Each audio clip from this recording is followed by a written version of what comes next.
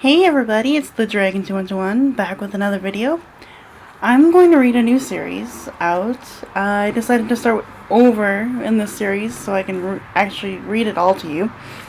This series is called the Triskelia Trilogy. The first book is Droughtlanders, The Droughtlanders by Carrie Mac. And here's what it's all about.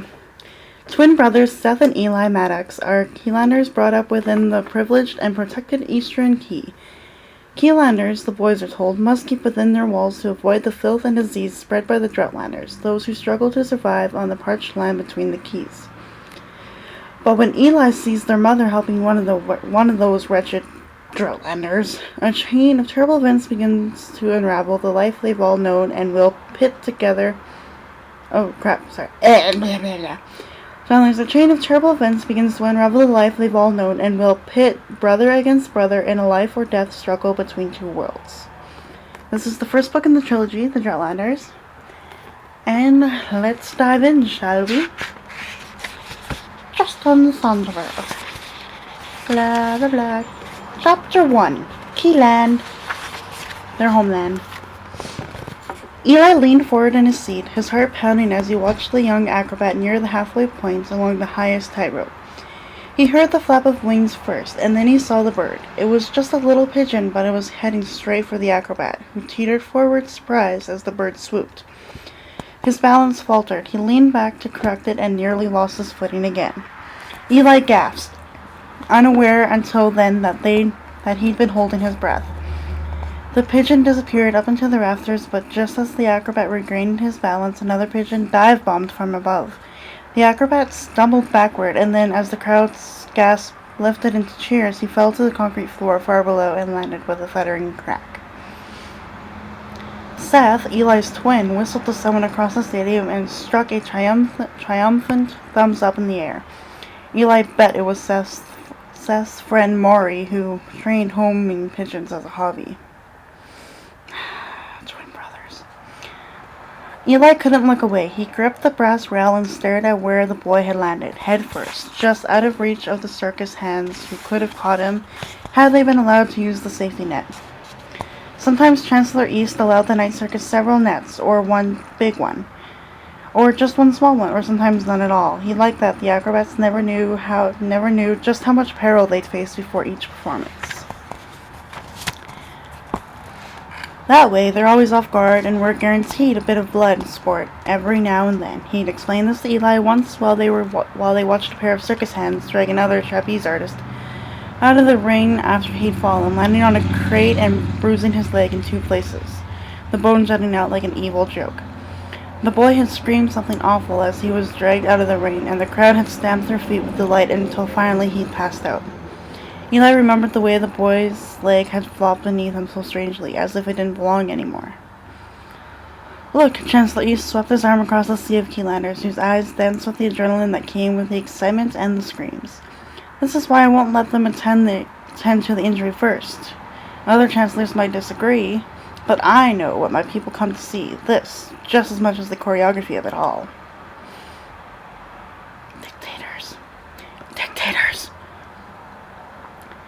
Eli stared at the fallen acrobat as the other performers rushed to his side screaming. There were no nets tonight. Minutes before the show began, Chancellor East had confiscated and destroyed them, forcing the night circus to perform without any safety measures at all. I'm in the mood for a little excitement, he said as the crowd settled in their seats. And so he'd gotten his wish.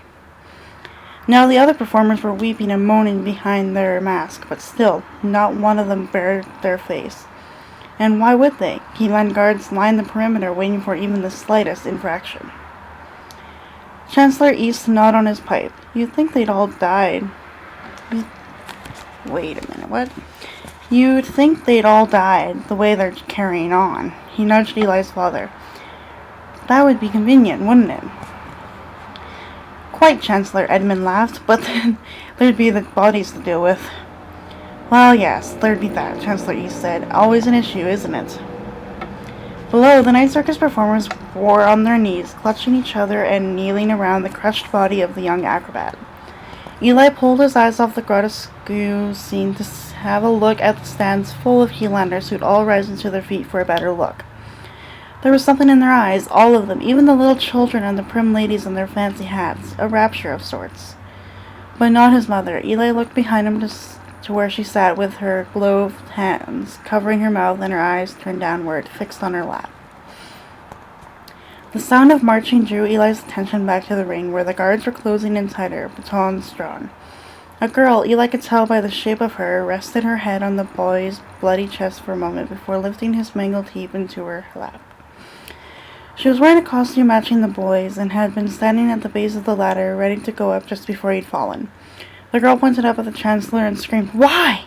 Why do you—" A burly clown clamped a hand over the girl's mouth and pulled her away as the guards uniformly squared their stance and raised their batons.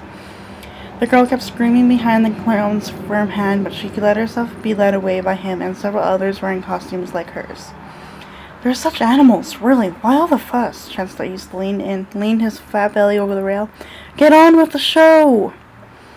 Seth leaned farther over the rail. "I want a better look. Get out of the way," he yelled down to the performers, still keening around the body. Chancellor East gestured at his sergeant below. The sergeant shouted, and the guards steadied their shields. The performers rallied one another to stand and back away. "Roll him over!" Seth hollered. No one moved. "You heard him!" Chancellor East allowed. "Turn him over!" Eli's stomach rode a wave of pity that peaked with nausea as two circus hands reluctantly stepped forward and rolled the boy's body. "Ah, yeah, look at that," Seth laughed as the stands tittered with excitement. There was more oohs and ahs over this than any of the gravity-defying acts of the evening. Eli didn't understand it. "The whole back of his head is caved in. Look at it, Father!" Lisette, the twins' mother, finally stirred. She pulled Seth away from the rail. "Seth, please," her voice shook. "Show some decency. He may be a Droughtlander, but he was still a boy like you." Yeah, right, Mama." Seth shrugged her off. Chancellor East frowned. "Lisette." Edmund glanced at the Chancellor, then squeezed Lisette's shoulder. "Now, why would you say such a thing, my dear?" he said, cutting the Chancellor off. "What has gotten into you? It's just a Droughtlander. No better than a rat."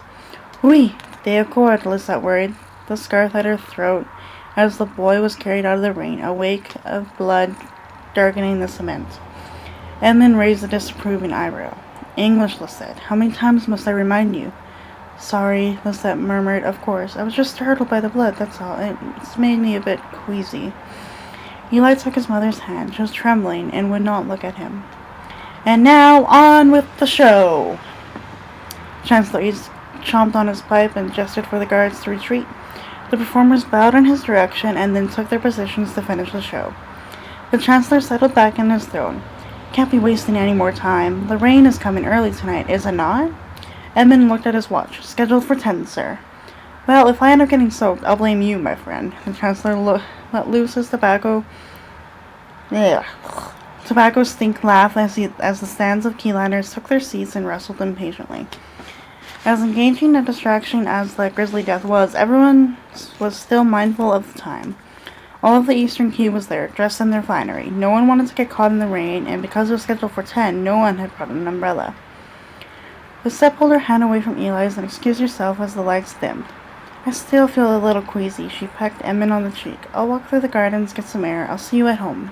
"Do you want me to come with you?" Eli asked, eager for a reason to leave that wouldn't set Seth off on a fit of bullying.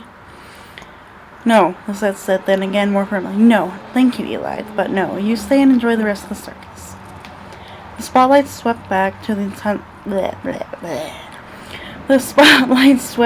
center arena and the circus resumed, but Eli could not sit still, and nor could he watch.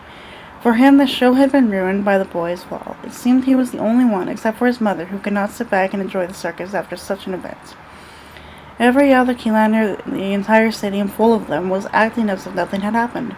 Eli just couldn't do it, not this time. "I'm going to catch up to Mother," Eli said as he slipped past his father's seat. How could anyone watch the rest of the circus? Before, when there had been a fall or some other spectacular circus accident, Eli had always been able to stay and enjoy the rest of the show, but something about this night was different. His heart was still pounding, but there was a strange ringing in his ears as he felt nauseous and hot as he stumbled into the corridor behind the Chancellor's balcony. So, pretty much Seth, Eli's twin brother, and his friend set pigeons into the stadium to cause an accident. The Chancellor wanted entertainment, and so did everybody else. They caused the death of the boy. Eli, though, has never ever actually been liking any of this at all, so he's just kind of not okay with it. And he wants to go check on his mother, so that's where we're going to leave off. Until next time, I will see you later, and we will continue the Droughtlanders. See you later!